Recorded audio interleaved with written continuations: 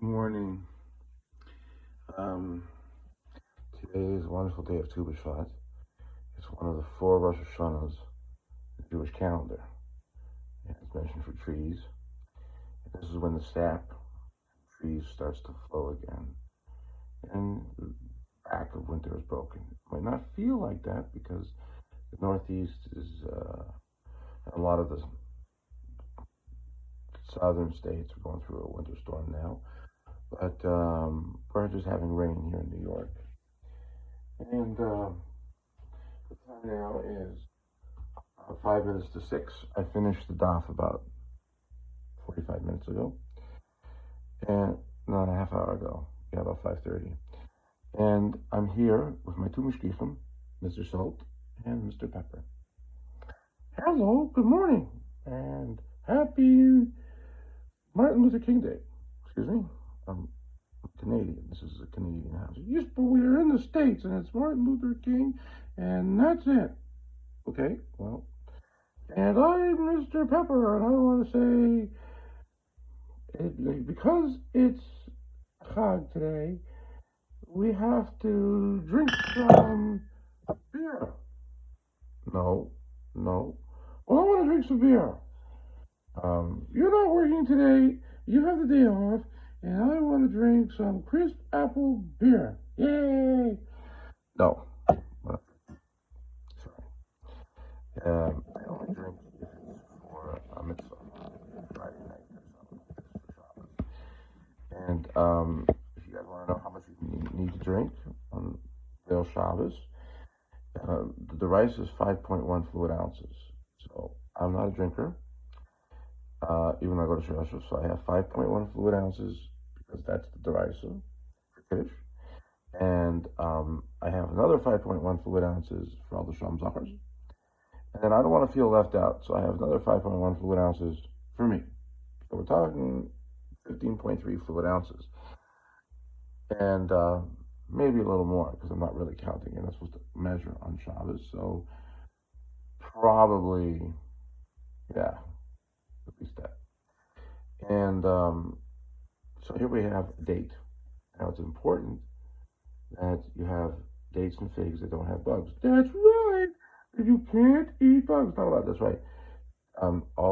Anything that would have a bug has to be checked or not eaten. That's it. You can't eat bugs. Period. Eating a piece of a bug is terrible. It's like eating a piece of ham. Okay. So dates, as you can see, I'm very glad you got it. Check dates, right, from Rabbi Glatt. Actually, so those are the dates. I didn't get any. I have the fruit platter in the car. And I think I'm going to bring it to Yeshiva in the morning. I wanted to go last night and see it, but I fell asleep because it's late. It was a 10 o'clock Marv, and then I fell asleep at 9:15, 9:20. I really wanted to go, but even if I had caffeine, I just couldn't say, yeah, but we wanted to go. You didn't take us, and we were just sitting there at the dining room table, nice and quietly, and you didn't take us. I'm sorry. I fell asleep. Okay. So, anyways, um, I'm not really cooking anything, so I don't really have anything for you guys to watch. Well, you see, you have two empty bowls over there, and there's nothing in them. Oh, that's right. We're gonna put fish in it. You guys want to see that? So this is I make my wedding presents. Two bowls. There's a friend of mine who was in a car accident last August. He passed away, and his widow is getting married. She's moving away, so I wanted to give something for them as a wedding present, and it's combined happy and sad because she's moving away, and I used to see her from time to time where she works, and it just wouldn't be appropriate to. You can't be. Well, I think you guys understand.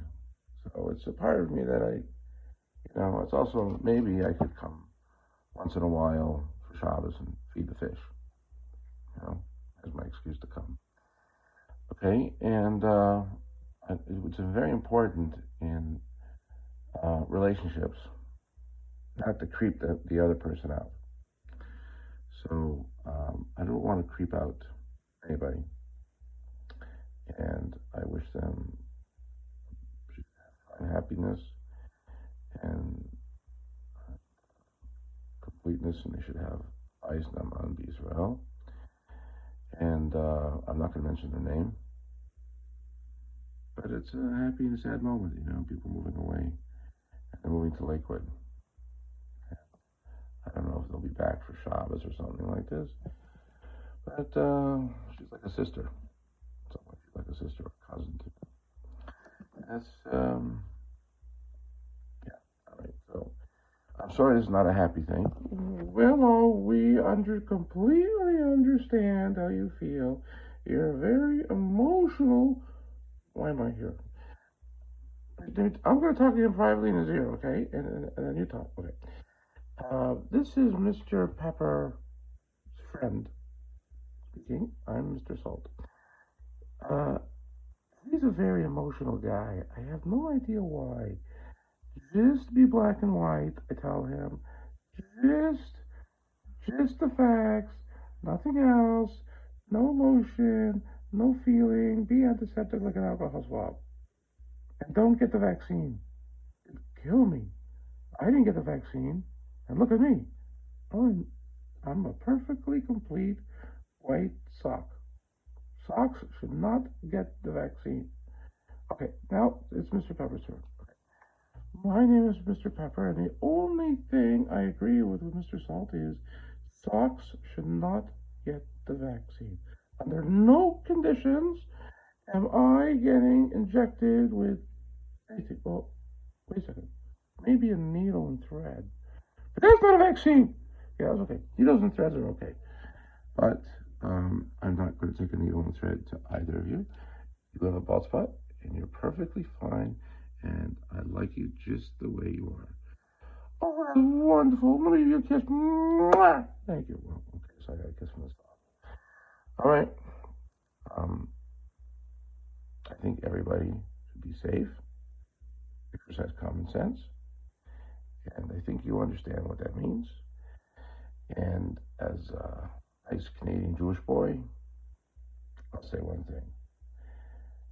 Nothing. Thank you and have a wonderful day.